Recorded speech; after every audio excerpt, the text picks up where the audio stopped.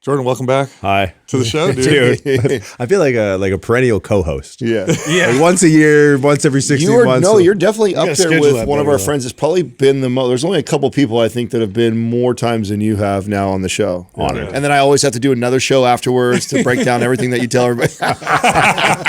God, good for content. It's good for content. I know the game. Yeah, I know the game. we'll get 2 episodes Just out of trying this to no help the matter what. boys out, you know? We get the high level this way. That's right. So what you been up to, man, since the last time? Oh we man, talked? I should have listened to our old podcast. I should have done my homework. What have I been up to? I mean, Prescript, Spoken, and I got in real heavy the last couple of years into the concierge one-on-one. Like I take on maybe a client a year, sometimes 2, usually post-op rehab. So that's kind of been my big personal focus outside of like business development and what we've been doing with Prescript over the last, it's been almost 9 years now, 9 years. Yeah. So I like keeping, skin in the game. So I've been taking on post-op rehab clients. What do you mean by that? Skin of the game just keeps you your finger on the pulse of what's happening. Yeah, with growing the business, I could never be one that just steps away. I have to step into something. So,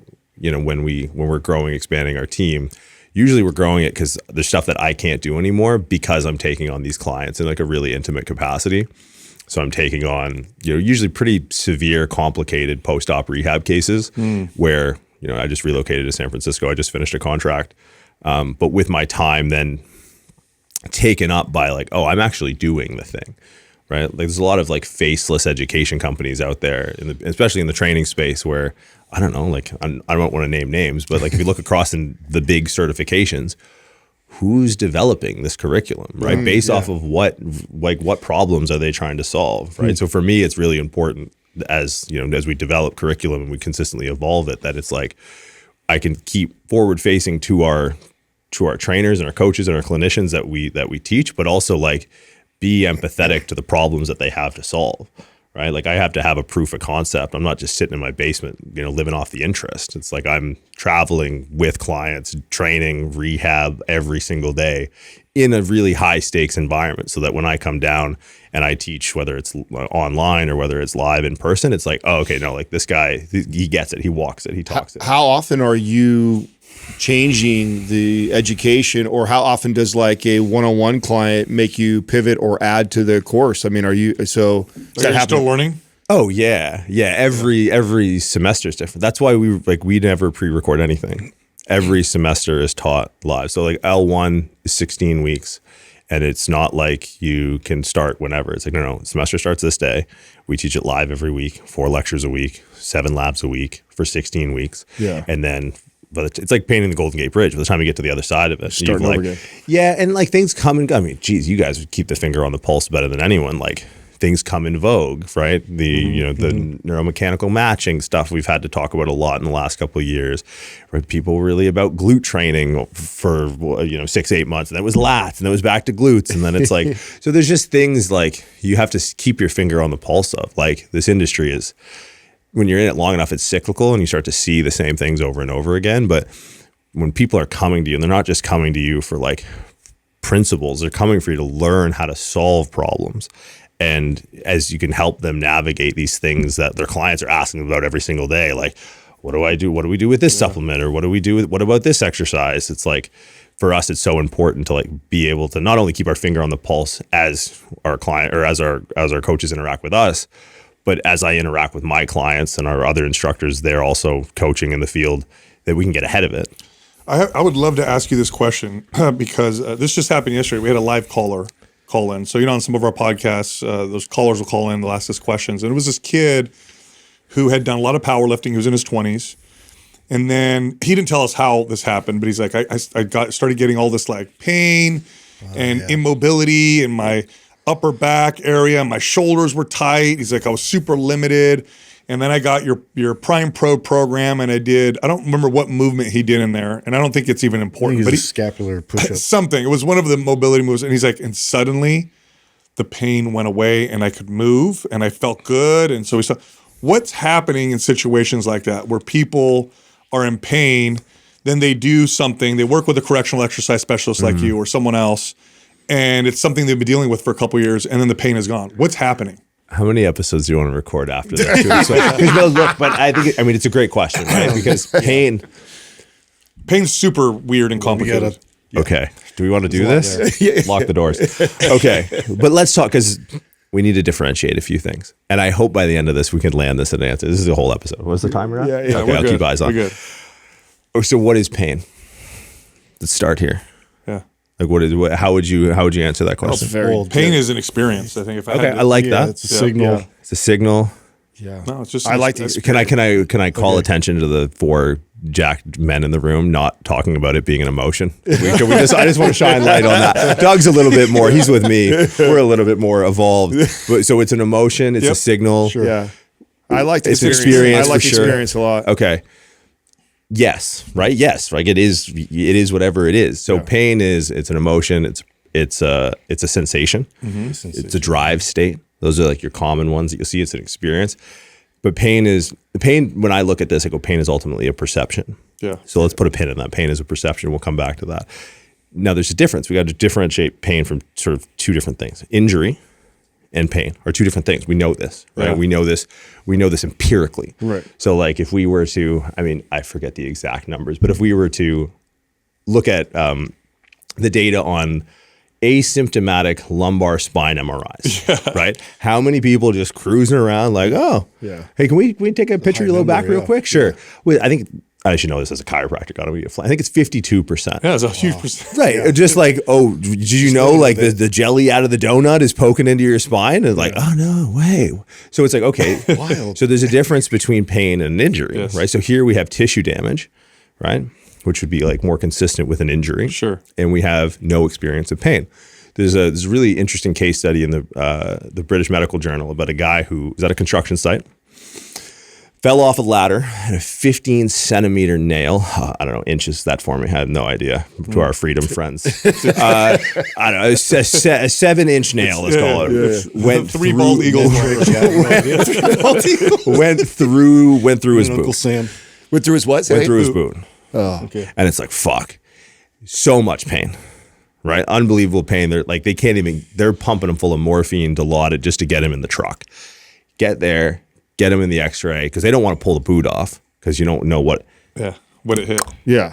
To the toes. right between his toes. Yeah. So here it's interesting, right? Because now we have pain. He's never going to live that down at work. Oh, for sure. But we have pain with no injury. Yeah. Right. So we have you can look at the research on the lumbar spines where you have injury with no pain. Yeah. And then you have pain with no injury. So you have like this people it's about taking this Venn diagram of pain and injury that most people think is a circle, and all of a sudden going like, these are like 2 completely unique things.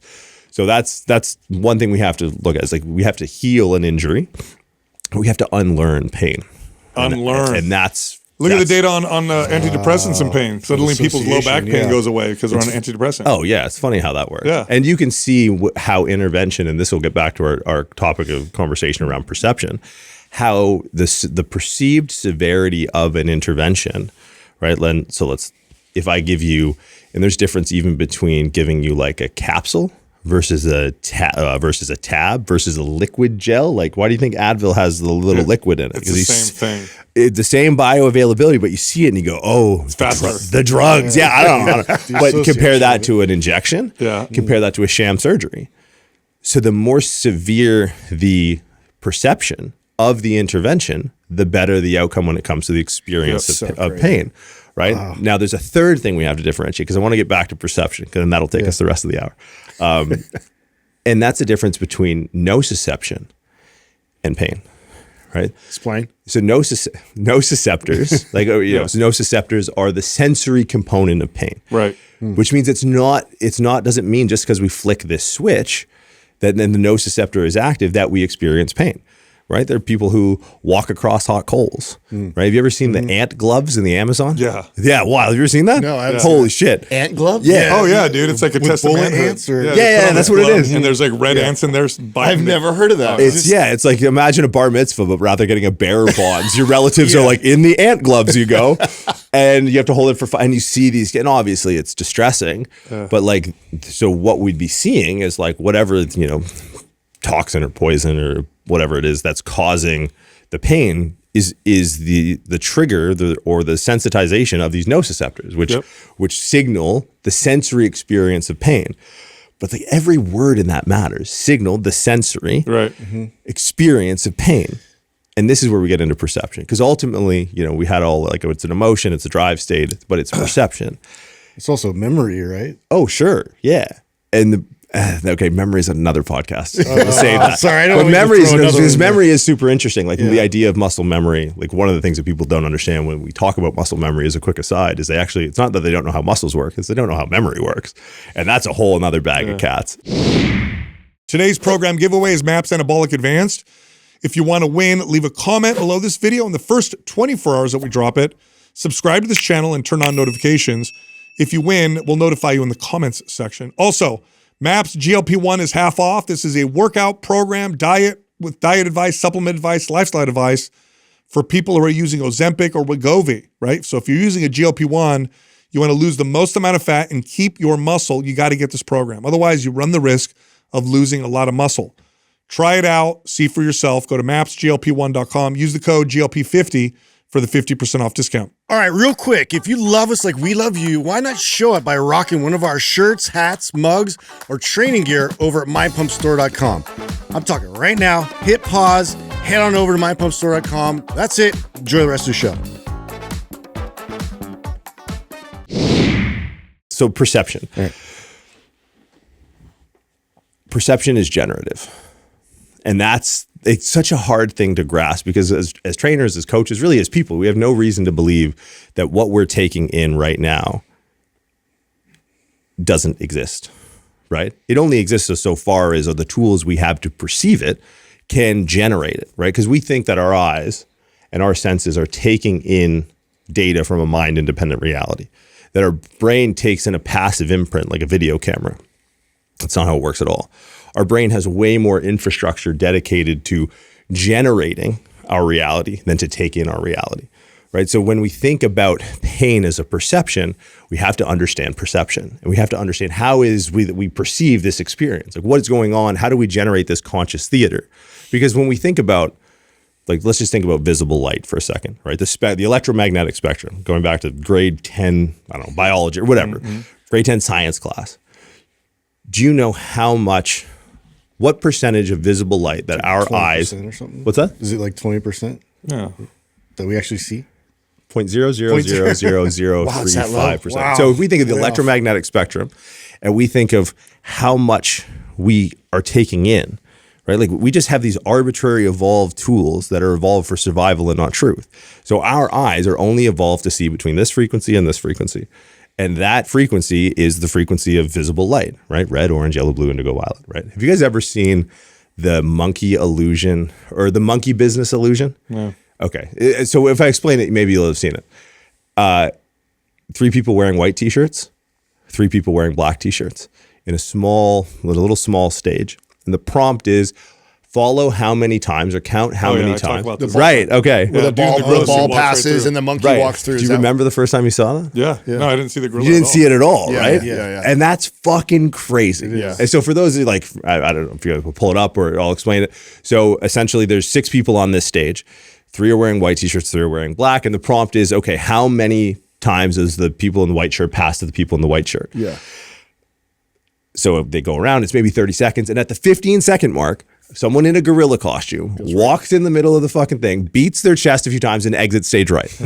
And I was the same way. Like you just don't see it. No. You don't perceive. So fascinating. It is so fascinating, but this has a lot to do with pain because it's our perception that's sort of like fooling us, right? So think of it this way. There's an equation that allows our brain to develop our perception. It's called the Bayesian equation. You guys, anyone ever take statistics? Bayesian inference? Okay, so I'm not a huge math guy, so I'm not going to bore you with it. But essentially, there's 3 components to the way we develop our perception. There's 3 data points that come together because clearly one's not enough. The sensory component of just experiencing the pain, like if I put my hand in the ant glove, I'm gonna cry all mercy, right?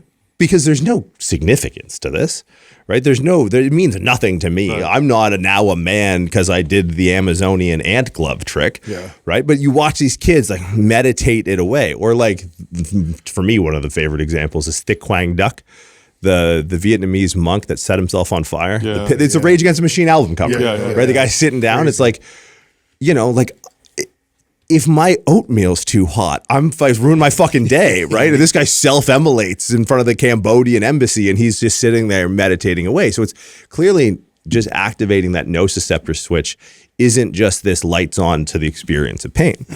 It's a data point. So when we look at our perception, and this is true of the experience of pain, it's true of the experience of not seeing the fucking gorilla suit, because our perception is built up of one, sensory data. Right? So in the case of the powerlifter, there's likely sensory data there. There's a nociceptor that's sensitized. And look, that in itself is a whole field of study. How does inflammation alone drive the sensitization? By itself is complex as heck. Oh, yeah. But what one of the main things that inflammation could do, and there are a lot of other things that could do this, is increase the sensitization of a nociceptor. So you got to imagine you have this nociceptor that just has this hairpin trigger, right? That it takes such a little stimulus to feel this pain. You look at conditions like fibromyalgia and things like that, which you have this sensitization of a nociceptor. So raw sensory data. So we'll use the monkey business illusion. Your eyes, when you're looking at these people throwing the basketball around, they're up waiting for the color white. Now, why white and black? Because they're on complete other ends of this electromagnetic spectrum. Right. So they're up waiting for this, which means they're down waiting for this. So we're getting we're looking for something different. We're generating something different. So we have raw sensory data, right? Like that could be that's true of any sort of sensory apparatus that we have. It feeds part of our perceptual engine, our perceptual inference machine. Then we have a prior experience, right? Like a prior experience shapes the way we perceive things, right? Like our prior experience of, say I'm sitting in a coffee shop in San Francisco and I hear, what sounds like claws on the tile floor. I'm going to assume dog. My prior experience is that I've seen dogs in coffee shops. So often the peripheral over my laptop, I'm sitting there and my brain actually generates a dog because it generates everything, right? Like there's no sunshine inside my skull. Right, it's the photons of light that hit our retina stimulate the generation of our experience. Right, it's called active inference. It's the way our whole conscious theater comes to be. It's not like all of this exists because we know there's radio frequencies. We know there's all of these other tools just on the electromagnetic spectrum alone. All of these radio frequencies or all of these frequencies on this spectrum. We just have this weird apparatus that goes, no, only this stuff, only this 0.000000035, right? So it's such a small window. So we use our prior experiences to help generate. Like when dude looked at the boot, right? Dude looked down on the boot and went, oh, maybe he's had this happen before. Ouch, ouch, there's pain, right? So the prior experience and the sensory data kind of get weighted together, right? Like if I'm in a coffee shop and I spent a lot of time in Colorado this year, I saw a lot of bears, like an uncomfortable amount of bears, which is like one is an uncomfortable amount of bears. Some of the places I was at, you see videos of like bears strolling into coffee shops. It's interesting. Imagine the setting is completely the same. I'm the same distance to the door. I get the same frequency of sound, but I have a prior experience that's different. My attention is going to get drawn to that and generate a bear quicker. Right now, what would it take for me to have my brain generate a bear in San Francisco? That fucking thing would be sitting down eating my croissant. It would have to be that close for my sensory data to upweight my prior experience, right? So those are two components. We have our prior experience and we have our sensory data and we have what's called a normative value.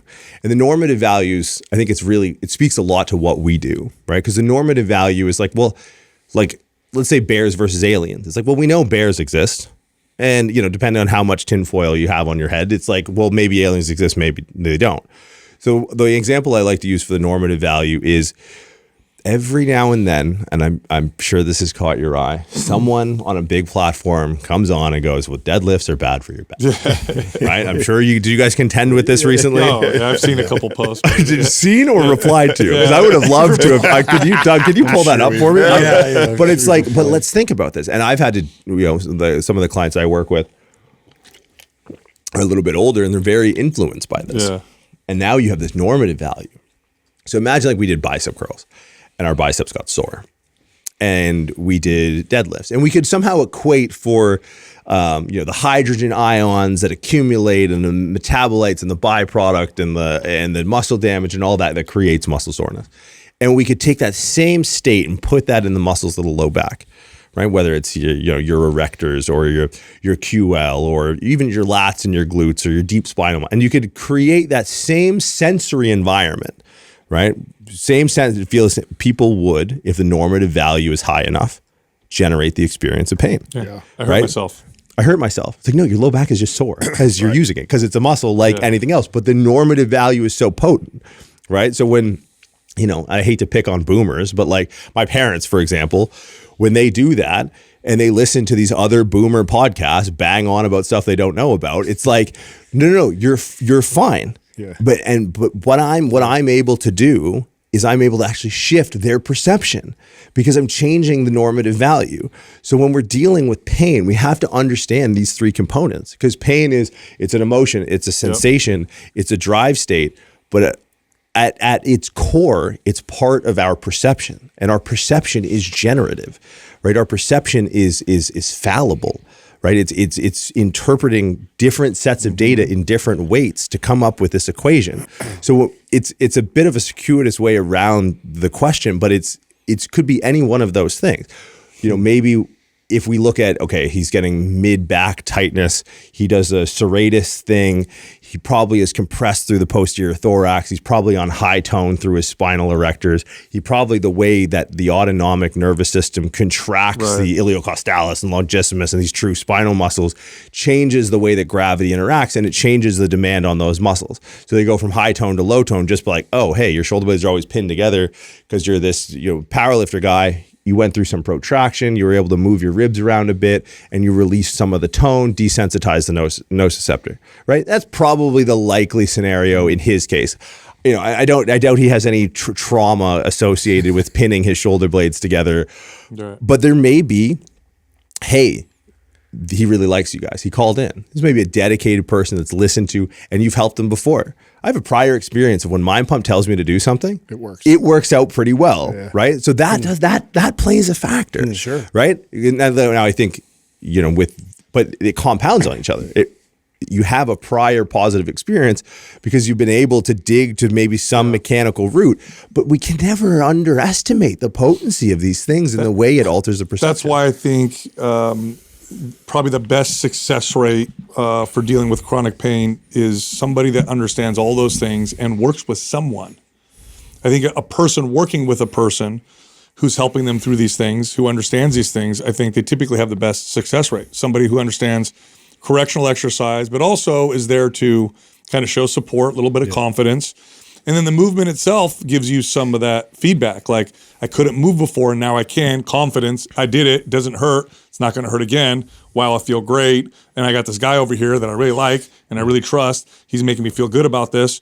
And I think the success rate is just great when it comes to pain, chronic pain, working with somebody that understands those things. Yeah. And I mean, our small end of the wedge that goes into the door is the exercise, right? For a lot of us, it's because I think, that what I just rambled off in very short order, and it's much more complex than that, is a cognitive theory called active inference, right? Predictive processing model. It's sort of like emerging neuroscience in the way that our brains generate reality, right? Or our reality. Because like, what would this room look like if we were a bat? Is sort of like the famous is this sort of philosopher, neuroscientist named Thomas Nagel, and he wrote this article called "What's It Like to Be a Bat?" Right? It's sort of like an essay on consciousness. Like, well, think about the spectrum. Right? Think about that spectrum. They don't have eyes that are capable of taking in the frequency of photons at that. So it's like this room looks way different, right? But maybe they're able, like dogs that smell cancer. Yeah. What? I can maybe smell if dinner is ready or something's burning on the stove. Other than that, it's just not a perceptual experience that I have, right? so many coaches, not so many, but I see there's a push in the industry of like the consciousness of coaches. Like, no, I'm not a shrink. Right. Like I'm like, dude, I'm an idiot, right? Like I have 2 shrinks. That's how messed up my head is. But it's like, but your wedge in the door is like, look, we're gonna live over here in this sort of like mechanical nociceptor. Like we're really gonna get good at this, right? Now, if in doing this we find like a progression regression model that allows us to meet a client exactly where they're at, overcome a fear around a movement, introduce some variability, some novelty, right? Is essentially what happens is feeling good in this model is called minimizing prediction error, right? So prediction error is essentially when you go to teach a new client an exercise, there's a complexity to it, right? We can take this for granted because we've been lifting our whole lives, relatively speaking. You have someone who's in their mid-30s, 40s, whatever, someone who's just started exercising, and you're trying to teach them something. They're making a prediction about how that exercise is going to, they watch you do it, pick anything off the shelf. I don't know, a lunge, a bench press, whatever. Things that you don't even realize are skills in exercise. Like I remember early in my career when I was training someone and I showed them a bicep curl. I did like 1 rep because it's a bicep curl. Like you just bend the elbow. And I watched him do it. I'm It's like, funny when you watch somebody mess that up for the first time as a trainer. did you do that? Because it's a prediction. Yeah. It's a prediction. They're making a prediction, but they're always making predictions, right? I'm making a prediction right now that no one's going to walk through that door. Yeah. If that changes and I get enough sensory data to change that, I will attend to it. And that's what your attention does. Your attention goes to minimizing prediction error. Your brain, this model doesn't like surprise. So when I'm teaching someone an exercise, if I understand these component parts, I understand the goal of learning is to minimize prediction error. So they're getting sensory data that feeds into their, what it is they're doing in real time, and they have a prediction. A lot of times it's like, okay, I've seen people lunge before. Okay, lunge. Okay, so I have a rough idea. This is a lot to do with, like, the idiom, like, it's like riding a bike, right? Like riding a bike is a shorthand for something that you never forget. But why is that it? Right? Why is it's like riding a bike a very potent and visceral, universally understood thing that everyone, once they do it, they know how to do it? Why is that we never forget how to ride a bike? Because we're never not exposed to bike riding. It may not be us on the pedals, but we see people riding bikes all the fucking time. Interesting. And one of the reasons we don't forget is because we're always exposed to that sensory data. Now, the sensory data is not the physical sensory experience that our muscles and joint capsules and proprioceptors and mechanoreceptors, but that visual input still there. So like my prediction is getting fed with really good sensory data, and I can close these 2 points down, no prediction error. I never forget. But when you're teaching someone an exercise, there's a way that we can look at this and be like, well, what comprises sensory data when they're performing a movement, right? So like muscles and mechanoreceptors. The neuroscience can get a little bit abstract in the way that it's represented, but why do things like foam rollers consistently, quote unquote, work? Because you're increasing the precision of their sensory data. What is a foam roller? What does it do? It applies deep pressure to tissue, right? Why is that useful? It's like, well, we have these things called mechanoreceptors, right? Like the fact that we have this argument, and I don't know where you guys stand on it, but when we look, foam rollers work. You know how I know? Because my client goes, I feel better with a foam roller. And I go, okay, I need to figure out why that's true. Right. Not sit there and tell them they're dumb and I have all these degrees, right? But when you look at this model, it makes so much sense. It's like, okay, a foam roller. And let's just pick off the big ones. Theraguns, foam rollers, kinesio tape, cupping, all of these. Massage. Right, massage. All of these things, they trigger, and like to your point earlier about corrective exercise, everything we just listed has a neurological correlate, something in the nervous system that flips a switch that tells our brain that this experience is happening and what it feels like, right? So foam roller, deep pressure, one of our mechanoreceptors. Theragun, vibration, one of our mechanoreceptors. So there's Pacinian corpuscles, Meissner's corpuscles, Ruffini endings, and Merkel's disc. So it's like the technical. Don't even have to worry about it. Just know that in the layers of your skin and some in your bone, vibration, skin stretch, deep pressure, and light touch. Why do people like wearing compression shorts? or compression sleeves or whatever, or spandex, whatever the fuck. That is why. Because it provides a light touch sensation that increases your precision weighting. So here, if I have sensory data where my body is in space, which muscles can do that, and this is why when we see people using, single leg exercises and things like this, that will increase the precision weighting. Muscle spindles are really actually the most potent, right? And then we have a prediction we're trying to make. If I have more precise sensory data, and I have a really good understanding of my prediction that I'm going to make, all of a sudden we've learned really, really fast, right? And that's the goal, right? So that's how we can kind of use this model to, in the case of the original question, to unlearn pain really fast. This episode is brought to you by LMNT, the best electrolyte powder in the world. Go check them out. Go to drinklmnt.com/mindpump. You'll get a free sample pack of their most popular drink mix flavors with any purchase. Back to the show. Do you think, because I've made this speculation a few times on our show, more than a few times, and I'll tell you a story that I've said a few times on the show. Again, I had this woman that I was training, early trainer. We're doing a tricep press down with the cable. And, I've only been a trainer for like 4 months at this point. And she's doing a press down and she lets go of the cable, weight stack slams. She's like, what happened? I got hurt. I'm like, I'm freaking out because I'm a new trainer. Okay, where's the pain? And she's like pointing, and it's like, and I realized that's your tricep. Like you felt it burn a little bit, but she had never really felt that before, and it freaked her out. And then I had this crazy realization that advanced lifters and athletes, they have a different relationship with that kind of pain. An advanced lifter is going to go train and definitely inflict more pain and suffering on themselves than a beginner, but they don't perceive it the same. In fact, oftentimes we love it and we go after it. Do you think exercise changes just broad spectrum relationship to pain?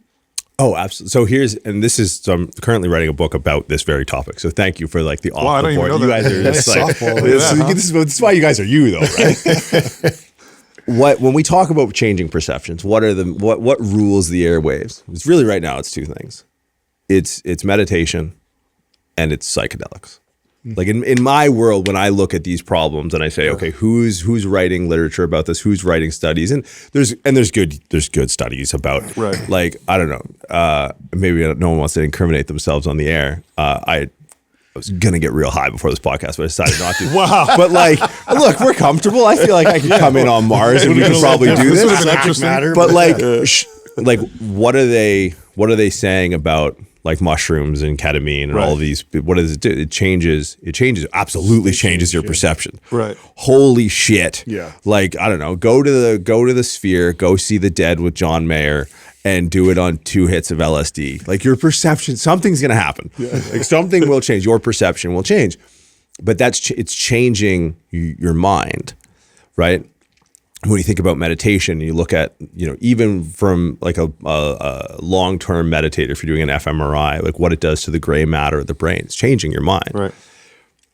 Action changes your world, right? So when we think about this equation again, where we have sensory data, right? And then we have these prior experiences and we have these normative values. When we look at practices like meditation and psychedelics, they're sort of playing in these normative values. They're playing in these prior experiences. When I don't know if anyone's ever scented on shrooms, but it kind of rinses your priors. It doesn't allow you to, because one of my favorite quotes of all time, and it's very it's ethereal, but it actually speaks to the deep science of this, is you don't see the world as it is, you see it as you are, right? And it speaks to this idea that your prior experience paints your reality. When you take these drugs, essentially what they're doing is they're taking your prior experiences and going, whoop, you don't get to draw from these anymore. And then you're like, holy shit, I'm just getting pure sensory data, right? Creating new pathways. When you exercise, it changes the sensation, right? And the one thing that we have to start respecting, and look, we have to start respecting, what a stupid thing to say. The one thing that I think is really cool about exercise is that muscle is a sensory organ. Yeah. Right? First, if we look, we talked about mechanoreceptors. We talked about nociceptors. So nociceptors, mechanoreceptors, and proprioceptors. So proprioceptors are almost twice the speed, which means the signal relayed from a muscle to the brain gets there almost twice as fast as those that come from the skin, which are almost twice as fast as those that come from nociceptors. So it's like here when we have this equation of our perception at large, and it doesn't just change our perception of pain. Like look at what exercise can do for depression. Oh yeah. Because we're giving this more data. You see the latest study? 1.5 times more effective than SSRIs. therapy or Yeah. Oh, well, and I'm sure if you pair them together, it'd be even more effective. But of course. But why is it? It's because you have a practice that's changing your mind, and you have a practice that's changing your world, right? And that's what movement does, right? It's if something doesn't fit, if there is a prediction error, right? It means the sensory data you're getting does not match your prediction of the world. You can do one of two things. You can change your mind, or you can change the world. And muscle, and it sounds like so weird in a stupid clip, but like muscle has the ability to change your world. It has the ability to change your perception of you in the world because it changes the sensory data. Because there's two primary modes of sensory data in the body. One is the eyes, obviously. Like if you look at the neuroanatomy of the cerebrum, like the big part of the brain, we have an optic lobe that's literally a part of the brain dedicated to one sense, right? Like I don't think a bat would have an optic lobe. Right? There's no need for that. It doesn't have eyeballs that work like ours. Now, if you're a peregrine falcon, sure, yeah, you're seeing a mouse from like a mile up. What is our second most potent sensory data source in our body? It's our muscles. I don't know. It was second. Oh, yeah. And like, so there's muscle spindles, Golgi tendon organs, and joint capsules. These are what are classically known as our proprioceptors. It gets a little bit tricky because the word proprioception gets misappropriated a lot. We kind of use it haphazardly to talk about our kinesthetic sixth sense of awareness. Like where you know where you are in space. Right, but proprioceptors are a specific group of 3 free nerve endings, which are your joint capsules, your muscle spindles, and your Golgi tendon organs. And when you're training, you stimulate them. Right. One of the keys to muscle spindles, which I find interesting, is there's 2 really important things that I find interesting. One, they are of the proprioceptors the most abundant. Right, so they are the most abundant sensory receptor, and they actually attach to what are called intrafusal muscle fibers. So a muscle fiber has the contractile element, which is what's called extrafusal, which attaches tendon to tendon, and when it shortens and lengthens, we get sort of concentric, eccentric movement at a particular joint. But in between, along for the ride, like imagine the space in between my fingers, those are intrafusal. They're not contractile. They don't attach to the tendon. They're just kind of like sensing where are we going? Where are we going? The muscle spindle wraps around the intrafusal muscle fiber. So that's constantly relaying. And the trick of it is like, you ever do like a shoulder press and you kind of see your bicep kind of like flex a little bit as you're pressing? Because the bicep has this like, hold on, the sensory. We're lengthening. Yeah. And that's all. So the stuff that's pushing, that's extrafusal. That's divorced from our sensory perception. What we feel in our muscle is this spindle that attaches to these fibers in between what's contracting, and they can cause the muscle to contract and relax. This is the neuromuscular physiology of how our spinal muscles keep us upright, right? Like it's not like flexing our bicep where we can do it voluntarily. All of our positional, postural, your erectors, your multifidus, all of the deep spine muscles, they're all autonomic off of this loop. Is this why sometimes you could tap on a muscle like your quad and it'll flex a little bit? It's a reflex. Yeah. Okay. So that would be the Golgi tendon organ reflex, right? So it's that particular pathway is called the alpha gamma motor neuron reflex. Yeah, for sure. but here's this thing where it's like, okay, we can change our perception by giving our body greater sensory information. Our eyes are, one thing, right? Like, look, there's research coming out about Alzheimer's, and hearing loss. Like if you lose X percent of hearing, you're like 90-something% more likely to get Alzheimer's, right? But it's like, sure, because you're dampening the sensory input. Sensory input drives motor output, right? So when our spine reflexively contracts to a position, it's starting with the sensory input first. So our whole perception, we have our eyes, which yes, are going to give us a lot of sensory data, but our muscles are a wealth spring. And we look at them like, they're an output organ. It's good to be strong. When you watch exercise prescription for the elderly, it's like, we're missing the point. We don't need to do 4x4 back squats at the heaviest we can do for a 55-year-old woman. It's like, no, we need to treat that muscle like a sense organ. Because sensory input drives motor output, right? So when we to answer your question in hopefully a little bit more of a pointed fashion, yes, absolutely. Exercise should be and is kind of getting tossed in the mix of like things that improve, depression or PTSD or just general health and wellness. But it's technically true. And the reason why is it provides you with way better sensory data. Well, we look at the brain and we say, oh, that's the seat of consciousness. This is where your thoughts come from. But people don't realize that the extension of the brain is the body. Oh, great. So the body is a part of the brain in essence. You see this with like phantom limb syndrome. People lose an arm and they feel it there and it feels painful because the brain hasn't processed it's gone yet. So it's an extension of the brain. So if the body is unhealthy, you can have physically an unhealthy brain, but the brain also loses that sensory. So you bring up, fuck man, you guys are the best. So thank you. Yeah. Because, so go back to the 19th century, René Descartes. Does everyone recognize the name? Yeah. Do we remember? So René Descartes was like a philosopher, one of these really influential figures. So he came up with the idea of dualism, right? He also, ironically enough, Descartes was also the one that sort of outlines the opposite of what I just talked about. Like I was like, hey, look, we don't see the world as it is. We generate it in our brain, right. And our brain sort of pops up this conscious experience. Descartes said it was a complete opposite. So Descartes missed a lot because one of I think his biggest misses was Cartesian dualism, the separation of mind and mind and body. Right. Now here's what I'm proposing: is the real dualism isn't between the mind and the body; it's between the mind and the brain. That's the real dualism. We can separate that. And what's the difference? And this is where exercise becomes so exciting to me: is the difference between the mind and the body, the mind and the brain. Is think of you guys. You've been a long time since you've been poking around on the back end of mindpump.com or mindpumpmedia.com. Right. I would imagine there was a time where you guys were probably, Yes. WordPress or early days, right?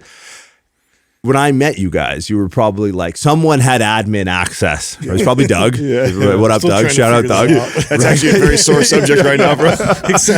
We got hacked and we lost it. hacked. Yes, bro. Our Facebook stuff has been down for 2 weeks. I got a number for Whose you. username is this? We'll talk after. I got a guy. Oh, good. Wife's high up. We'll talk. He saved our ass. Oh, wow. Don't This worry. could be serendipitous. Wow. But we get your point. What was the website? What did we do? It's like, well, we used a back end editor, right? Drag and drop. And now it's way more robust, right? Like you go on Squarespace with AI and all this, but none of us would confidently say we know how to work websites, right? No. But we know how to drag and drop shit, right? Like, yeah, okay. So there's a user interface. Mm-hmm.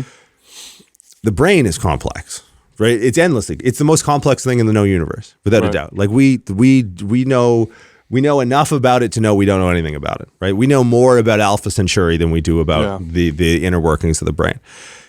But the mind, like we know our conscious experience, we know our theater, right? We know we know this like global workspace that kind of pops up. And the study of consciousness, if you ever, need a rabbit hole to go down, it's really interesting. But when I think about movement, like the interface between the mind and the brain, where I can just go like, hey, do this. And the brain conjures up the compute and it reformats the aspect ratios and it changes the resolution. All these ones and zeros are high.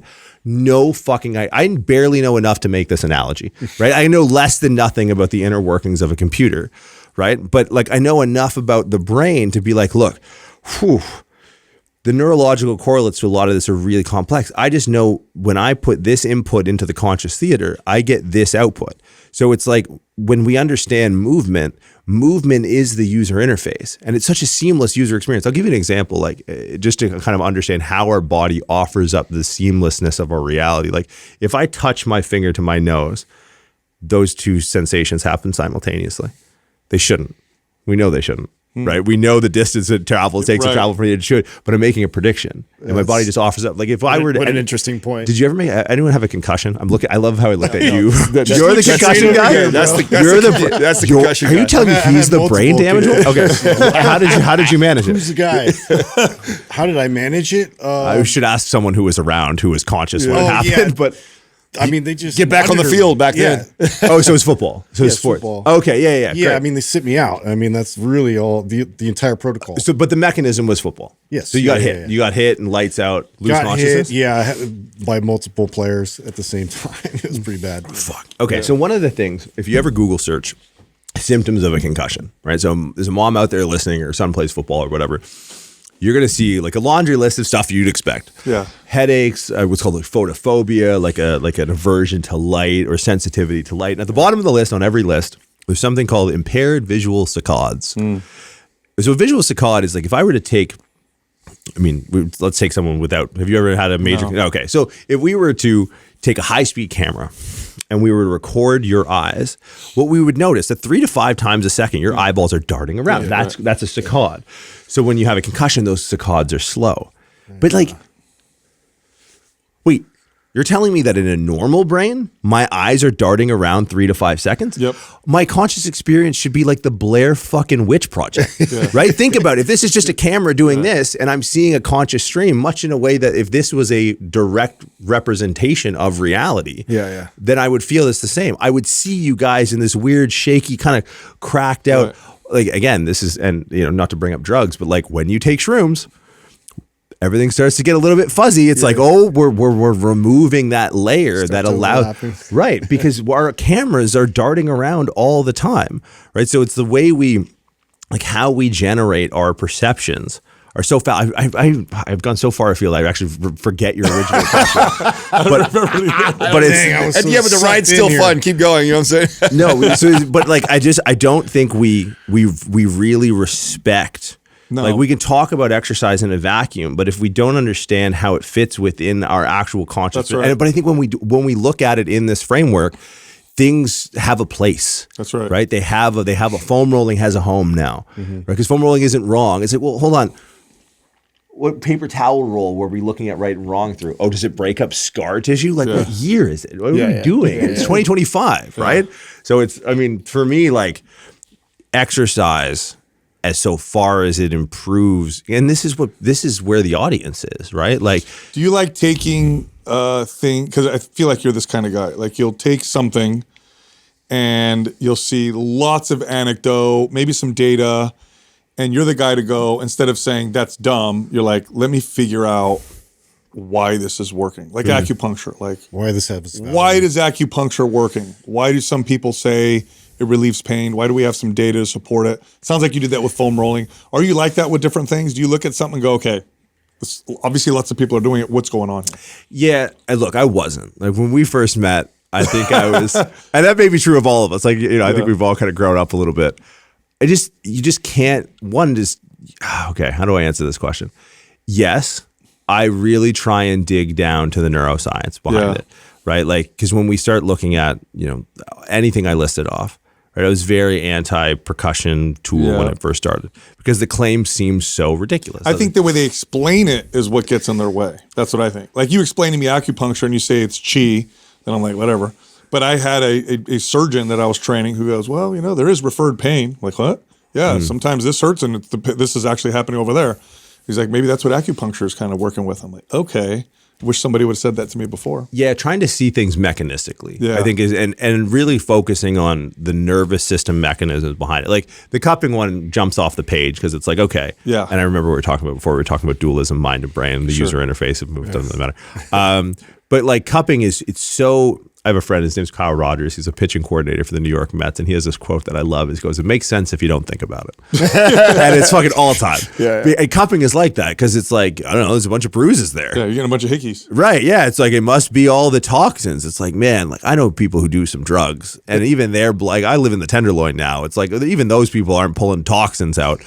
but like, look, it works. Yeah. Right. So after whatever Olympics it was where Phelps was swimming like a fucking pepperoni pizza, it's like, okay, well, how does it work? What is the neurological correlate to it working? Right. Well, when we look at the subcutaneous mechanoreceptors and we see that, hey, skin stretch is a really potent signal, sensory data to the brain. I bet that has something to do with it. That's right. I think we get stuck in a very analog, mechanical representation of the body that negates the potency of the nervous system. You know what you sound like? You sound like someone boy. that's worked with a lot of people. I think when you know why this, that's the truth, because whenever I talk to scientists or data, people who've never worked with people, they can get very narrow.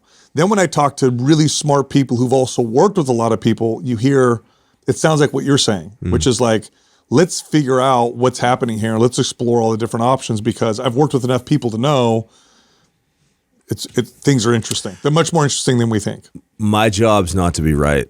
My job is to help people, right? Like, I think we use, and much this has been weaponized. A lot of things, social media, as cliche it is to talk about, is one of the reasons why.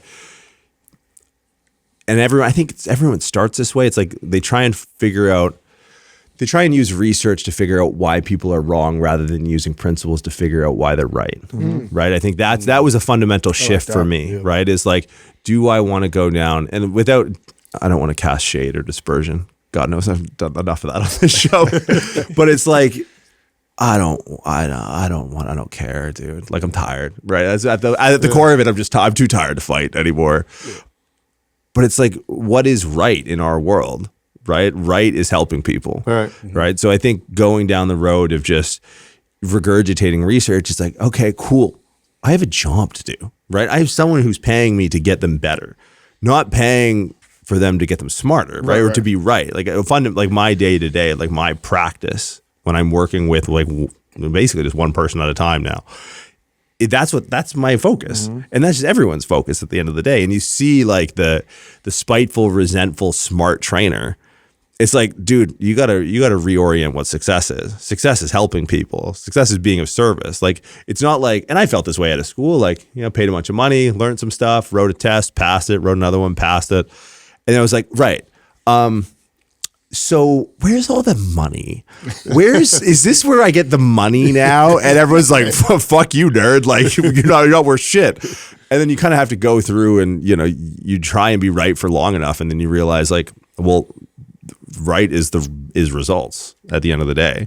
Right. So the science can help inform it. But like, there's nothing worse than someone who goes, I'm data driven. It's like, oh God, dude, be data informed at best. But like, you're here to be of service.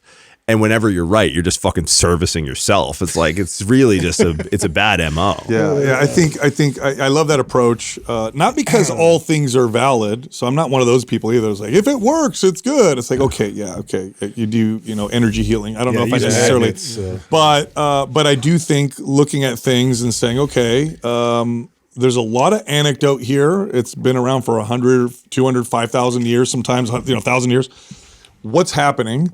And is this something I can use? Is this something I can work with to try? One of my favorite examples of this for me was, when I started dating my wife, she would get these migraines. And she had this little bottle of green oil that she got she used to travel Cirque du Soleil. I love this for you. I love that he's met with the final boss. Like, so, and it's like this, it's like Ben Gay, but in a bottle, right? Sure. And she would put it on her temples and be like, oh, it makes the pain go away.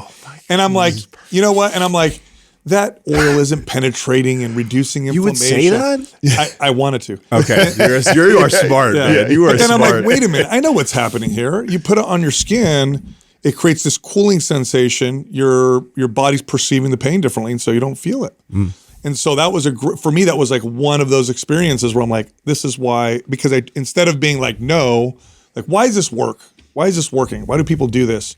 And then that helps me be a better coach. Helps me be a better trainer and not sleep on the couch. But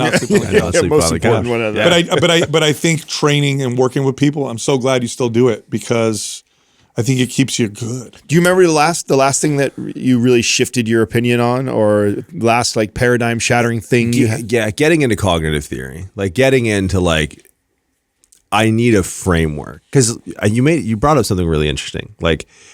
And it's a good guardrail to put up for people. It's like, I'm not open to everything. Yeah. Because, and here's the problem with that. Like we work in the education space. And one of the things that I have to talk a lot of people down from is this idea of being a forever student. If my fucking house is on fire, I don't want a forever student firefighter. Every day is an opportunity, white belt mentality. I'm like, you get up that fucking ladder and you go get my shit, okay? Like, get me the fuck out of here. Yeah. But it's like, because one of the things you have to realize is that the value in this field is solving more complex problems faster. And I think when you're able to put guardrails on things that are efficacious versus not, you're able to really concentrate and minimize the opportunity cost in your approach. Sure. And this is where you end up, like for me, now I'm at a point where I get really complex cases and I take them on, I get one client a year, 2 clients a year. I will not work with more than one person at once. And because the value I can provide for one person is to solve a really, really complex problem really quickly. Right. And that starts with being able to separate the wheat from the chaff with like, hey, look, but we could do 90 minutes in a hyperbaric, but in an hour and a half, I think I could probably move the needle a little bit more, right? 90 minutes, 4 times a week. Okay. And you have a white, and it's like, okay, no. We need, so there is an experience, a professionalism, a knowledge base in the empirical that allows you to be very effective, because I watch people who are too conscientious. It's like at the end of the day, I look up at the wall with all the diplomas. I go, ain't that a bitch? That's my name. That's my name on all those pieces of paper. That's why you're here to see me. And it is a fine line to walk between, hey, the green oil thing does this, or the crystals and blah, blah, blah, versus like, do you want to get better soon? Or like whenever you want, like, because I'm here to do a job. Do you have other people you work with? Because you're working with these really complex cases. So do you work also with functional medicine practitioners or people that do gut testing for some of these cases? Because I can imagine sometimes some of these problems are multifaceted. Yeah, I am lucky that the clients that I'm working with now are they take their health very seriously. Okay. So the networks that I fall into, I am the movement guy. I'm the rehab guy. Right. They already have the other. Yeah. They got all their bases covered. Now, obviously, different levels, different devils, but like, if they don't have it, there are adjacent fields where I'm just going to dish the rock, where it's like, let's get blood work. That looks weird. I do nervous system stuff. I do movement stuff. I do exercise stuff. I need you to go here. Yeah. Hey, this looks off. Okay, I need you to go to a rheumatologist. This looks off. I need you to go to an endocrinologist. This looks functional, It's an interesting, and I do have some people kind of in my network that I trust in that space, but that's like that's a broad. Yeah. And it's and like I'm lucky in a sense that I've been able to do this as a chiropractor, right? Like people, every time someone introduces me, like, oh, this is so-and-so, he's working with us, he's doing X, Y, and Z. They're like, well, like, what is he? The chiropractor. Immediately. And they're like, but like they don't even get the R out before they're like already explaining but he came from blah, blah, blah. Like, so functional, I think there's such a utility, and I think the concentration of people who really get the integrated systems of the body are found in functional. But man, there's a lot of other stuff. It's wild out there. I know. It's fucking wild. I love how you brought up chiropractor, because that space too makes me. I've been to chiropractors who do like, lift your arm up, and then do you like gluten? Press it down. It's called what's happening around muscle testing. Like, no, bro. These are my people. I've come to spread the good word. You're such a deep thinker. Do you think that it could be a problem for you? Do you just think a lot and sometimes think yourself into spins just for yourself? No. Okay. Because the guardrail for all deep thought, again, it comes down to this idea of, well, what is the value of anything? It's to allow you to move quicker. Okay. Right. So like and maybe to a fault, because I move really fast, like physically, quite literally. But to me, it's, about any subject, the practice of introspection or deep thought is so that you can move faster, not move slower. Right. So if I run into, because like if you don't know enough about a subject, for me, I'm going to have a hard time making a decision. The wrong decision is worse than finding the right decision in too long a time. Right. Right. So for me, speed is everything. Right. Speed actually changes. There's something called the Andromeda effect, where speed actually changes your perception. It's a bit of like this. It's this cosmic thing. But my thing is, I know that if I'm looking too much into something, if it starts to slow me down, right? So, and whatever that looks like in whatever arena, whether it's my personal life, relationships, or business, just make a decision, right? Because it's the old in 20 years we'll be wrong, and in 20 years after that we'll be dead, right? So for me, time is the learning opportunity. So I'm trying to make sure that, okay, is the deep thought slowing me down? If yes, then keep moving, right? So Do you still use adjustments on people, or is that rare? okay, so I don't want to like laugh that off. Feet and ankles, very often. I would say feet, ankles, and ribs. Because for me, the things that are really going to, because the automaticity of ventilation and locomotion, that's going to be where the foot hits. Just articulating those little joints are so hard unless you have somebody. And oh yeah, for sure, especially at the level of like the T-spine and ribs, because again, it just comes down to those autonomic loops of like, I can't. Everyone, quick, contract their multifidus. Like it ain't happening, dog. Right? But if I can change relative orientation, I'm changing that the sort of the tone and perception of those muscles in space. Sure, but I'm not. If I can do it with movement, I'm doing it with movement, because the thing that really scales, and you learn this when you look into, like we talked earlier about the muscle spindle. The muscle spindle, not to get too neuroscience-y, but it's composed of what's called a nuclear chain and a nuclear bag fiber. And these do two things. They, one, signals to the brain or the spinal cord, the nervous system, the onset of the change in length. And the second signals the magnitude, right? And that's where load comes in, right? So we can actually get, like, I remember once, there was a powerlifter named Andrei Malanichev, and I was at a meet once, and he was deadlifting like 400 kilos, 881 pounds. But it was actually like 883 and a half pounds, because they had loaded like a small change plate on the other side. And how do you know? It's like putting relative to what's on the bar. It's like putting a potato chip on, and he like second the weight went down, he goes to the other side, looks, it's like, you know, all in Russian yelling at everyone. It's like, there's more weight on this side. Like, it makes you sensitive to your environment. Like, you can feel the differences in weight, right? So for me, it's just like, when you train for a long enough time, you train that sensitivity. That comes from getting stronger, right? And that's where a lot of people lose the plot on all this, like, oh yeah, instability, change in muscle length, BOSU balls, like the nuclear chain and the nuclear bag fibers, the magnitude of the change in length. If I put someone on a BOSU ball, it's like, well, hold on, what am I perturbing here? There's no progression. Right. But if I put that same split squat now as like a Bulgarian split squat with a dumbbell in the opposite hand, now we can continually drive the adaptation of the sensitivity of that muscle spindle, because it changes it responds to magnitude, right? And weight can offer you an increased stimulus, which then you can continue to adapt to.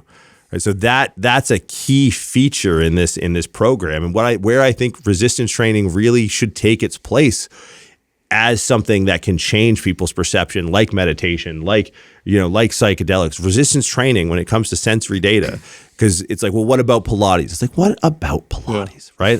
And like, no dispersion against people who do Pilates, but one of the things that I consistently do when people reach out, like, oh, my girlfriend or my boyfriend or my mom or whatever does Pilates and they still have this. It's like, okay, so but they love it. They lost a lot of weight. Great. Now the thing that they use as their resistance is lighter.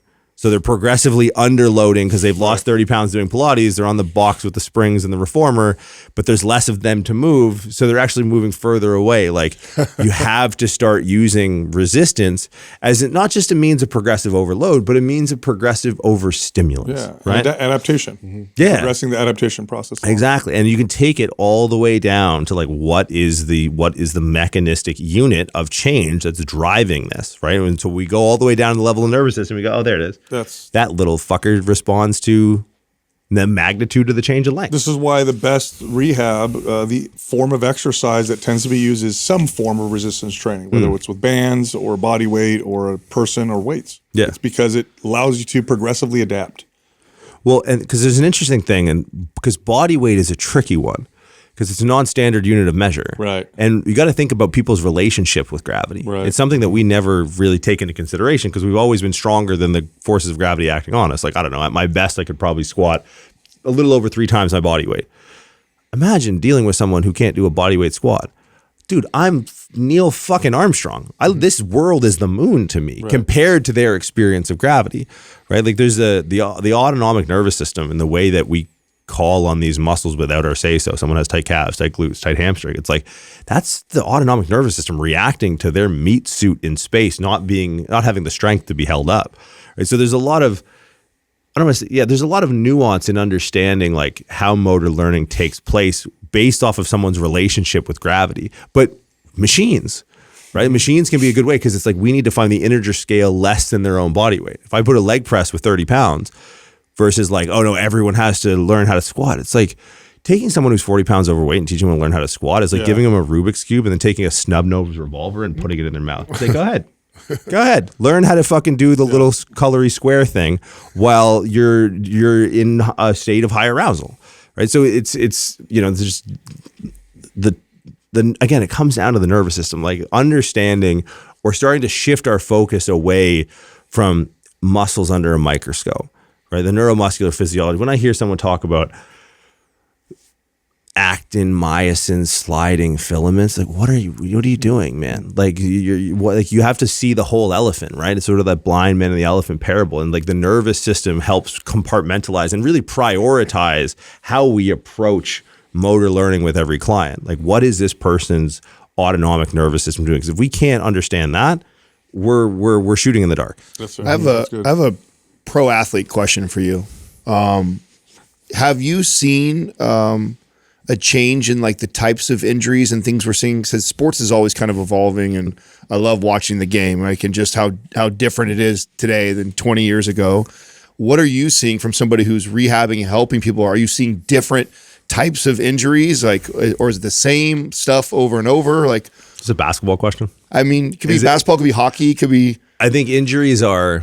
Look, it's. I mean, even like, for example, like there was a time when we wore nothing but high top shoes in basketball, right. And now we have changed because we saw what was going on with ankle injuries, and that would be ridiculous to put your foot or ankle in a cast while you're playing, and so. Like, yeah, but I mean, how many Achilles tears did we have last year? Well, so this is why I'm asking. That's exactly my point. Injuries, I think, injuries usually set people down the road of more specific interventions, which is wrong, in my opinion. Like because now everyone every off season is like foot and ankle.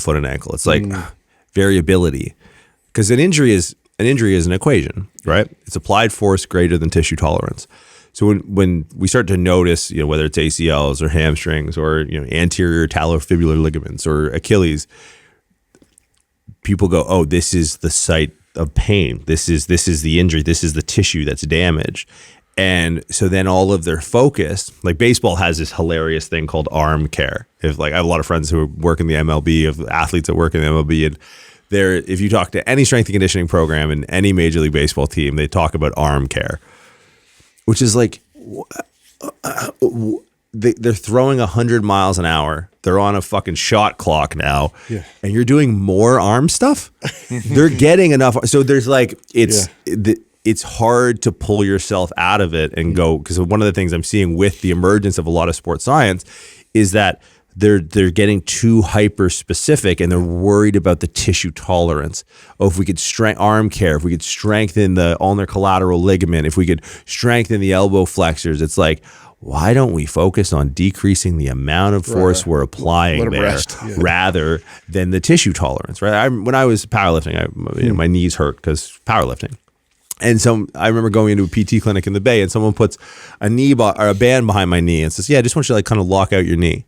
And at this point, I was low 700s, mid 700s, and I was like, "Hold on a second, like, what's this?" Like, like terminal knee extensions, and I was still in school, maybe I was just out, and I'm like, just a question, like the green band, and like you heard me say squat like 730 or whatever, right? Like, how is this doing anything? But the idea is like, oh, we're looking at the injury through the lens of it wasn't enough tissue tolerance. The tissue was intolerant to the load. Why don't we ask the question of why are we applying so much force to begin with? Yeah, I think the hyper specificity, when we start seeing a trend line in injuries, Achilles. So what does off-season program look like? Foot and ankle stuff. Everyone's walking on ropes and doing foot drills and gait cycle this. And it's like, literally go for a hike. Get some variability and expression, but not just through your foot and ankle, but in the way your brain and your body have to react to these positions. It's like the answer, in my opinion, is it's not specific injuries don't require more specific interventions or preparation or prophylaxis. It requires more variability, right? So we start to be able to disperse these loads across different positions, across different tissues, but everyone just like, I don't know, like if you're an owner of a team and your PT, or if you walk in and your PT is working with Halliburton or whatever, and not to throw, obviously injuries happen and we can't really accurately predict and blah, blah, blah, blah, blah. But like if I'm the strength coach and I'm doing a bunch of like variable movement stuff, someone goes, what the fuck are you doing? We have ankle injuries. Why aren't we doing ankle stuff? It's like, okay, so we're going to go do seated calf raises now. It's like, God damn it. So there's a pressure, and there's a pressure from the athlete. Like, hey man, I'm real worried about ankles, man. Like, what are we doing for ankles? It's like, I don't know, man, multi-directional stuff. We're going to throw some balls. We're going to jump. We're going to land. We're going to have variability in our sport, but everyone just, they get so tunnel visioned and so like gun shy. Because if something goes wrong and we didn't do anything into the ankles, or if we didn't do our arm care. So a lot of it is, obviously it's fear, but I think at the level of application, it's a tendency to hyper specificity around these regions that are so commonly injured. And that's why injury rates, and again, the games are faster, the seasons are shorter. There's more international travel, early specificity, right? Which would speak to this idea of specificity being the opposite of variability, right? So there's a lot of reasons that compound. But what I see in the field, and strength coaches at that level, for the most part, I mean, you guys have had a handful of them on. Schless is the guy, but look at Schless's training, right? What does Schless do with these guys? It's kind of, he does some stuff where you're like, oh, that's unconventional. It's like, because the conventional stuff leads to all this other shit, right? So that's where I think there's a siren song to solve a problem, and it hyper fixates the focus onto the tissue tolerance, and it really negates the bigger picture of why and how we apply force. So do you think it was a dumb idea that we traded ankle injuries for Achilles? I mean, do you think that's what we did by going high top over to low top shoes? And I mean, it's tough to say if that was the catalyst. It's hard for me to imagine that the shoe, and I may get some backlash, has as much to do with it as the rest of the training. Right, like it really, and it may sound ignorant, but they are so strong that in those shoes, those high tops, like I wear, they're not stopping or slowing anyone down. I really think it's the big things. Like if you were to control a future where we kept high tops going and we had less of a hyperfixation and over specialization on these particular regions, I think the high tops really wouldn't be causing these issues, right? I really think it's the sport specificity is such an egregious offender, right? Because too often people who train people in sports try and make the gym look like the field. They emulate it. Exactly. It's like, you see the Titleist hooked up to the cable machine and you're like, well, there goes your backswing, right? Like you're going to completely fuck up the mechanics, or you're, at the very least, you're just going to overexpose the muscles you need. A lot of training is about variability. It's like, hey, let's find new positions, right? Let's learn. And I think that's a big thing. Like when you reorient your focus as a coach from training to teaching, you now have entered in one of the greatest constraints that you can put to load, and that's thinking. Thinking is a great, because they don't think when they're on the court. That's the whole point. That's why they're good. So I'm going to take them into the gym and I'm going to put them in positions where they need to think, and that will constrain load, allow them to recover, and learn how to load new tissue. Do you end up integrating a lot of these variabilities, or are you solely mainly focused on the recovery portion, or do you get to go through all of it? It depends on what stage. If I'm doing a post-op or I have someone who, knock on wood, isn't injured. Yeah. I like to use the words, and I don't necessarily love the word novelty. I love specific variability. Yeah. Let's look at the challenges of your sport. Let's look at how you move. Let's figure out what you're not getting, and let's give you some of that. Yeah. So, because your body is like, at least your nervous system, it's like lightning, right? It's not, your body doesn't take straight lines. It takes the path of least resistance. Yeah. So if I can expose you to certain positions and shapes, demands in the weight room that you don't get exposed to, I'll watch your nervous system use these shapes on the field that you otherwise didn't have access to. Yeah. Right. So it's really about giving them ultimate variability. So assess the game. What are the demands? What are the limitations? Do they have any issues like from a prior surgery or injury?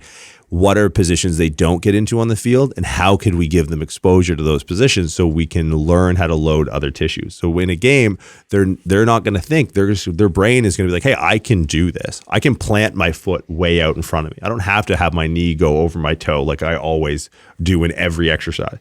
Right? You watch like wide receivers are really egregious offenders of this. They get taught how to run routes, and their knees are always over their toes. Right? Real quick feet drills and all this stuff, and it looks good for the gram. But when you watch someone go to like stop and they go to stop using a forward shin angle, it's like, I mean, again, I don't like the idea of, oh, we know how injuries happen, blah, blah, blah. Go watch, just YouTube search wide receiver ACL injury. And at freeze frame, the very second that the ACL pops and the person springs up into the air, the knee is over the toe. Because what does the ACL do? It stops the shin from going forward. What if our foot was in front of our knee? And our knee was behind our toe, which is like one of the things about, not, again, no dispersion, but the knee over toe thing is, it's a former Poliquin derived thing, and Buddy did really well with it. But in specific instances, I'm not going to do a ton of knees over toes with wide receivers who spent the last 10 years doing knees over toes. I'm going to get their knee behind the toe. Because if you want to talk about stopping mechanics, this is a specific variant that you're not exposed to. When you go to stop on the field and your knee is forward, it's like, yeah, that's a lot of anterior tibial translation. But if your knee is behind your foot, like in like a front foot elevated split squat, which no one ever does, it's like, oh, well, now I have some exposure here. Now when I'm playing and someone goes to hit me, I can plant the brakes. Like Kadarius Toney a couple of years ago when the Chiefs beat the Eagles in the Super Bowl, when he had that 61-yard kickoff return.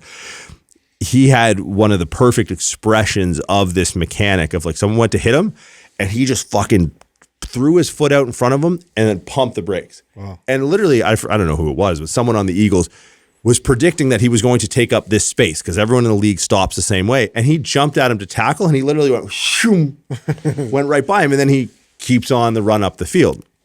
So things like that where it's like, okay, what positions are you always in? What can the body do? If I gave you this option, would your brain take it on the field? So we train it. And you take guys like that and you get them to do a front foot elevated split squat with their knee way behind their toe. They can't do it. So they're not going to figure it out on the field. So do you okay, you see a play or a move like that. Does the door, can you automatically go? You want to see who the trainer is that's training him and see, huh? No. Yeah. Okay. I don't know. I don't know. Good for anyone. Yeah. Because like the thing about athletes, like I always think Bo Jackson is all time. Yeah. What makes an athlete? An athlete can learn motor skills really quickly. Yeah. Period. That's what that's my definition of an athlete. Like that. So like when we go like kinesthetic brilliance or genius. Yeah, exactly. It's savants. They're sixth sense savants is what they are. Like Kim Peek, Rain Man could sit down and read one page of the book with his left eye while his right eye read the other one. He could read a whole 2 pages in less than 3 seconds and remember it to 98%. Is that real? Yeah. Oh yeah. I didn't know that. Kim Peek, the guy that made Rain Man off of. Oh yeah. Yeah. I didn't even know that was based off of a real dude. Oh yeah, dude, he's amazing. Yeah, you didn't know that? Yeah, Kim Peek is there's savant syndrome affects less than 100 people in the world. This is part of my book. This is why I know a lot about savant syndrome. But Kim Peek is a mega savant. So he's a cognitive savant. When you watch Bo Jackson, step up, hit it yard, and then fucking run a 4.240. You're watching the physical representation of that brilliance, right? Mm-hmm. Like this is a cognitive. Such a cool way to put it. Yeah, they're sixth sense savants, right? Yeah, like I worked with a tennis player that could turn over a 230 km/h serve. Like one day we're in Bahamas. At his house. Imagine getting hit by that. Well, so here's the thing. I'm at his house in the Bahamas, and his hitting partner didn't show up. And he's like, "Hey, you're on the baseline." Oh, no way! I'm like, dog, you don't pay me that much. You pay me good. You take care of me, but like, and obviously he can put it anywhere. So he blows it right by me, and I'm just like, and the thing of it that's so interesting. And we talk about sensitivity, and we talk about muscle as a sense organ. When he was younger, we were at Wimbledon, and we're in the locker room, and Andy Murray comes up. And he grabs my particular client, his racket out of his bag, and him and Andy are friends. And Andy looks at it and admires it. I'm like, I don't get it. Like, why is he admiring your racket? And he's like, oh, they only make it for me. Like, he was a top 10 player at the time. And I was like, okay, but wait, Andy's like one of the top 4, right? Djokovic, Andy Murray, Nadal, and Federer. So they won't make it for him? And he goes, no. I'm like, okay, well, what's the deal? He goes, when I was 17, I was sponsored by this company. and they sent me my rackets after I got sponsored, and they sent me the wrong rackets. And like I look over at his agent, the manager, and he goes like, "Yeah, I was fucked up." And I was like, "What happened?" He's like, "I don't know." He like took a hit with his new batch of the racket he used, and he just smashed it and walked off. He goes, "Tell him to send me my fucking rackets." And you know, the agent goes and picks up the racket and he goes, "I don't know, looks just like the fucking. I don't know what you're talking about, dog." Calls the company and goes, "Hey, he's tripping." Goes, "Oh, he's always tripping." Like, no, like he's not playing until he gets his rackets. And the guy goes, "Fuck." And then the agent's like, "Wait a minute, what? You know about this?" Look, we couldn't. It was something about like a material, or they changed the difference. So the guy flew in from Japan, brought. It was kind of weird. They brought 4 unmarked rackets, and they said, "If you can tell us which one is yours, we'll make it for you forever." He did. You want to know the difference in weight? 5 grams. Yeah. So, but this here's to my That's point so of rad. like That's the so cool. sensitivity of an arm and a shoulder that can feel the difference between 5 grams is the same arm that, from a motor output standpoint, is painting 230 kilometers to the T. Back right? to your whole point about the muscle. Sensory input drives motor output. That's so cool. But there's savants. There's a sensitivity to it, and I think there's a deeper this idea, and this is all cerebellar function stuff, and it'll be for another time. But like, there's a deeper idea to this, to high cognitive output and hypersensitivity or hyposensitivity. Right? I think of the movie The Accountant. You ever seen that movie? Yeah. Oh, you haven't seen it? Oh, great movie, right? But remember, so you know, Ben Affleck plays a Part 2 just came out not that long ago. Right? yes, but he plays he'd be like a high functioning on the spectrum Asperger's type. He's an accountant, right? Which is he kind of fits the temperament of the accountants I know. And when he goes home at the end of the night, he turns on like a strobe light and fucking Rammstein music, and he takes a fucking rolling pin to his shins. You remember that? I love that. He grinds. And if anyone knows anyone or has anyone in their family who's on the spectrum, hypersensitivity, like that type of stimulus is palliative, right? Yeah. Right. Like I have friends who take Adderall to calm them down. Yeah. What is your brain? This explains Justin's death metal at 6 o'clock in the morning. Finally have But you get answers. there's a cognitive uptick to You're on the it, spectrum, right? that's why. So there's a physical correlation to that. And when you look at athletes, like when you look at like the Stephs, when you look at the MJs, you look at the people who aren't just good at their sport. Yeah. Right. People that are athletes, people that can be good at anything. You go, oh, they're the physical equivalent of that. They can learn motor Bro, I skills. love stories like that. Have you seen that other time? I mean, what a cool story to see that like unfold right there. Oh, dude, it was wild. Yeah, like I was sitting in Wimbledon, like fucking in the locker room. Murray, like Djokovic walks in, you walk out, Serena, but it like that was like a aha moment of like, you know, because physically, like, dude's not super jacked, right? Yeah. But it's the sensitivity, it's the integration. Well, and it's you the have time. such a level of appreciation for that than the average person would be like, oh, that's cool. He could pick the racket. But Right. it's like you have it on a deeper level, the Oh my understanding God, of like yeah. his ability to do that is. That's I've always sensitivity. loved like I know they've measured like Barry Bonds' ability to like look at a ball as soon how quick he can see like the threads release, in the ball coming out of a. It's so wild. When Manning broke his cervical spine, there's a couple examples that would just blow you away, just how superhuman athletes are. We talked about saccades earlier, being like a diagnostic for concussions, how they slow down. So they'll use these glasses they put on. They look like those Apple Pro glasses. And then on the screen, playing in front of the eyes is a dot that goes across the screen. And the dot is programmed to move in a particular pattern. And there's high resolution cameras that are following the latency of the eye and following the dot. There's 2 athletes, one I won't name, but one is Manning. And you know, these cameras have been used on all types of people with concussions. And you start to see, as the neurological symptoms of the brain damage improve, that the latency in the eye tracking the dot starts to go away, as you'd imagine. 2 of the best athletes of the sport, Manning being one and this ice hockey player being another. The researchers it was almost as if the eye was telling the dot where to go. There was 0 latency. What? They've never seen that in anyone without it. So they're testing him, trying to get them back to baseline. And they like all of a sudden have a day where they don't just go back to baseline, which is some sort of latency in the ability to track. 0. And this is high speed cameras. It's like we've never seen anything like it. It's like the retina is attached, the pupil is attached to the dot. There's a 0.000 millisecond latency. But these are why they're the best in the Oh world. yeah, I mean that totally explains why that guy was just so brilliant at the game. You know what I'm saying? And one of the things he was so great at was changing the play too, seeing something coming before, and then I'm over to the right side and I'm throwing the ball over there. Like that's so. Yeah, that's you cool. see that in a clinical setting where he's quite literally seeing a different game than someone You know, else. this is how I always try and sell this guy on becoming a sports nut. Is just like there's so many cool. Like, I like the science, but I could Well, that's care right. less That's about why I try. There's so much deep, great science with these athletes because it's the greatest expression of the greatest humans that have this It's capability. brilliance in a physical sense. Yeah. Just without like you a look doubt. at Elon Musk. With No, his, that's why I love that analogy. Exactly right. It's we have these savants that are running around on fields and stuff like that, and it's.